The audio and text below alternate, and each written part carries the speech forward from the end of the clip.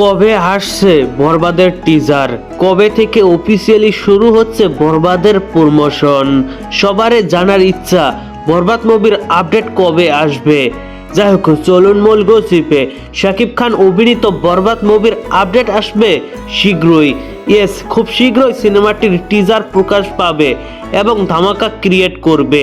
তবে কবে আসবে মেগা স্টারের মেগা টিজার, যতটুকু জানতে পেরেছি আজ অথবা আগামীকাল চূড়ান্ত হতে পারে টিজার প্রকাশের ডেট।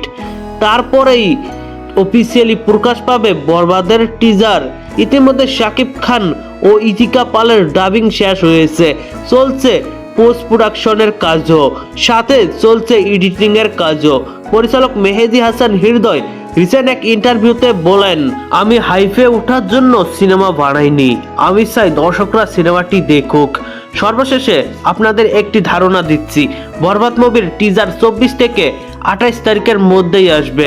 তবে আই থিঙ্ক 24-25 তারিখে আসার খুব বেশি সম্ভাবনা রয়েছে।